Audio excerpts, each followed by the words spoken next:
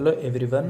आज के इस वीडियो में हम banking law and practice in India के यूनिट 3 का चैप्टर 9 एंडोर्समेंट ऑफ चेकों का प्रश्नांकन के बारे में पढ़ेंगे।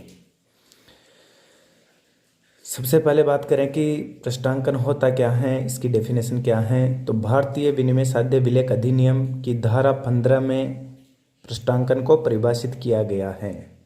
प्रश्नांकन की धारा 15 के अनुसार क्या डेफिनेशन है? जब किसी विनिमय साध्य विपत्र का लेखक या धारक लेखक के रूप में नहीं वरन हस्तांतरण के आशय से उसकी पीठ पर, मुख पर अथवा उसके साथ संलग्न किसी कागज की चिट पर हस्ताक्षर करता है, जो बाद में एक विनिमय साध्य विलेख के रूप में पूरा किया जाता हो, तो वह उसका प्रश्नांकर्ता और इसे विलेख का प्रश्नांकन कहते हैं।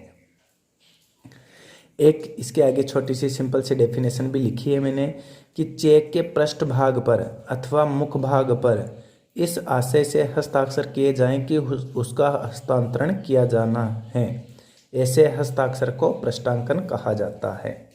यानी चेक के पिछले भाग पर या मुख भाग पर हस्तांतरण करने के उद्देश्य से साइन किया जाता है, हस्ताक्षर किया जाता है, उन्हीं को चेक का प्रश्नांकन कहते हैं।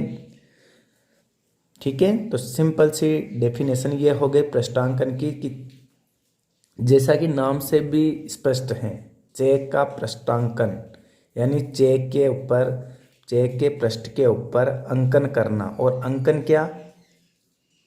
हस्ताक्षर, लेखक या धारक के हस्ताक्षर अंकन करना किस उद्देश्य से? ताकि वो चेक आगे हस्तांतरण किया जा सके। तो ये डेफिनेशन है इसकी कि चेक के पृष्ठभाग पर अथवा मुख भाग पर इस आशय से हस्ताक्षर किए जाएं कि उसका हस्तांतरण किया जाना है, और ऐसे हस्ताक्षरों को ही प्रश्नांकन कहा जाता है। अब बात करें भेद प्रश्नांकन के मुख्य तत्व, main elements of legal endorsement. Questions यहाँ से पूछा जा सकता है, इंपॉर्टेंट हैं ये। क्या क्या मुख्य तत्व हैं? पहला है हस्ताक्षर। प्रश्नांकन करने के लिए लेख पत्र पर प्रश्नांकर्ता के हस्ताक्षर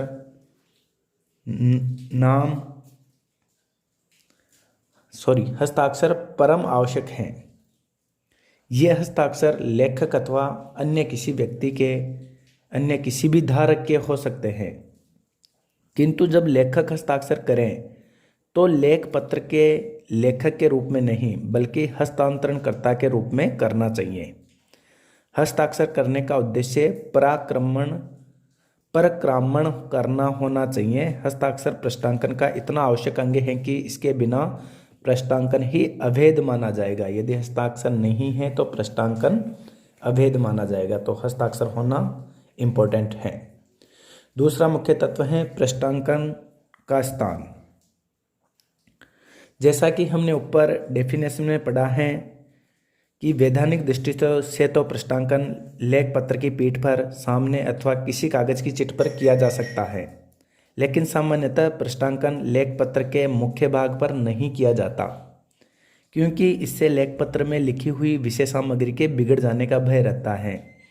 अतः प्राय सभी लोग प्रश्नांकन लेख पत्र की पीठ पर ही करते हैं, लेकिन यह कोई बाध्यता नहीं है कि पीठ पर ही करें। ठीक है। तीसरा है प्रश्नांकन की तिथि। प्रश्नांकन करते समय हस्ताक्षर के साथ प्रश्नांकन की तिथि लिखना मैंडेटरी नहीं है, आवश्यक नहीं है, किंतु फिर भी प्रश्नांकक उचित लेखा रखने की दृष्टि से हस्ताक्षर कर उसके नीचे प्रश्नांकन की तिथि भी अंकित कर देता है या कर सकता है। नेक्स्ट है प्रश्नांकन की अवधि। विनिमय साध्य विलेख का प्रश्नांकन लेखन के बाद तब तक किया जा सकता है जब तक उसका या उसकी परिपक्वता तिथि पर भुगतान न हो जाए। ये उसकी अवधि कहलाती है कि जब तक उसकी परिपक्वता तिथि पर भुगतान न हो जाए। नेक्स्ट है प्रश्नांकन की क्रमबद्धता। धारा 118 के अनुसार यदि किसी विनिमय साध्य विलेख पर एक से अधिक प्रश्नांकन किए गए हैं तो यह समझा जाएगा कि उन्हें उसी क्रम में किया गया है जिस क्रम में वह दर्शाए गए हैं। ठीक है, क्रमबद्धता का मतलब यही है कि अगर एक से ज़्यादा विलेख पर प्रश्नांकन किए गए हैं तो यही माना जाएगा कि उन्हें उसी क्रम में किया गया है जिस क्रम में वो दर्शाए गए हैं। नेक्स्ट है संपूर्ण विलेख का प्रश्नांकन।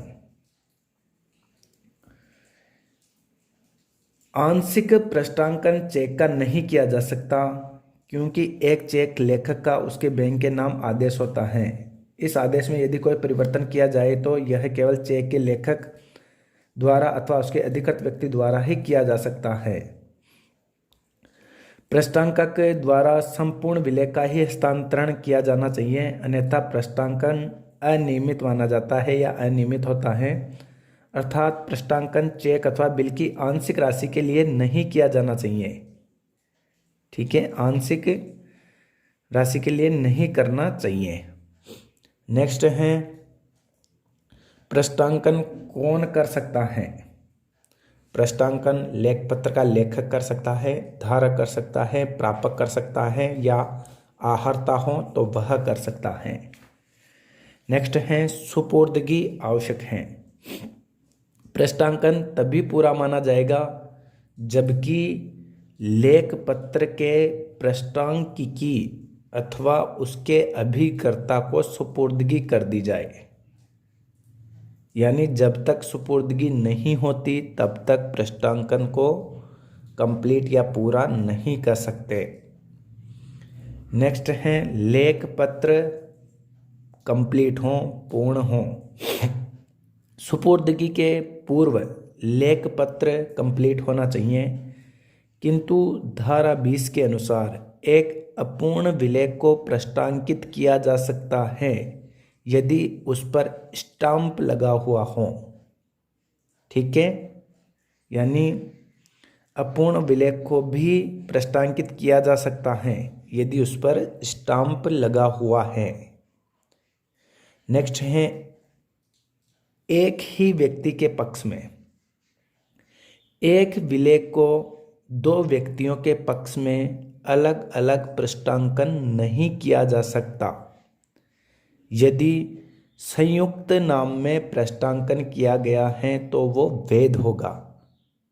ठीक है, यहाँ ध्यान रखने वाली बात है कि एक विलेख को दो व्यक्तियों के पक्ष में अगर अलग अलग प्रश्नांकन किया है तो फिर वो अवैध माना जाएगा, ऐसा नहीं किया जा सकता। लेकिन संयुक्त नाम में अगर प्रश्नांकन किया गया है तो फिर उसको वैध माना जाएगा।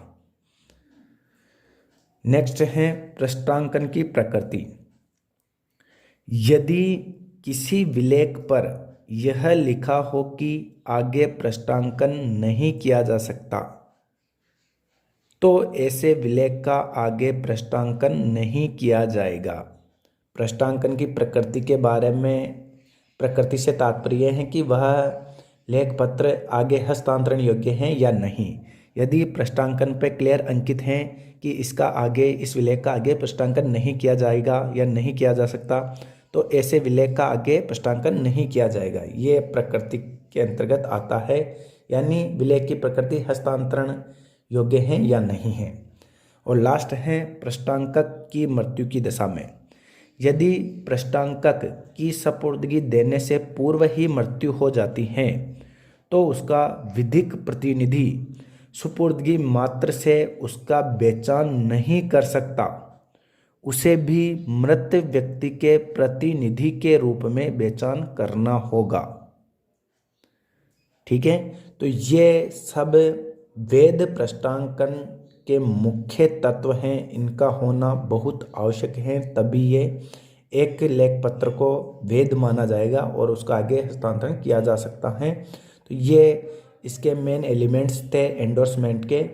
यहाँ से छोटा क्वेश्चन भी पूछा जा सकता है और बड़ा क्वेश्चन भी पूछा जा सकता है कि चेक के प्रश्नांकन को परिभाषित करते हुए वैध प्रश्नांकन के मुख्य तत्वों के बारे में बताइए। तो आपको इसको ध्यान रखना है। आगे नेक्स्ट वीडियो में पढ़ेंगे। धन्यवाद।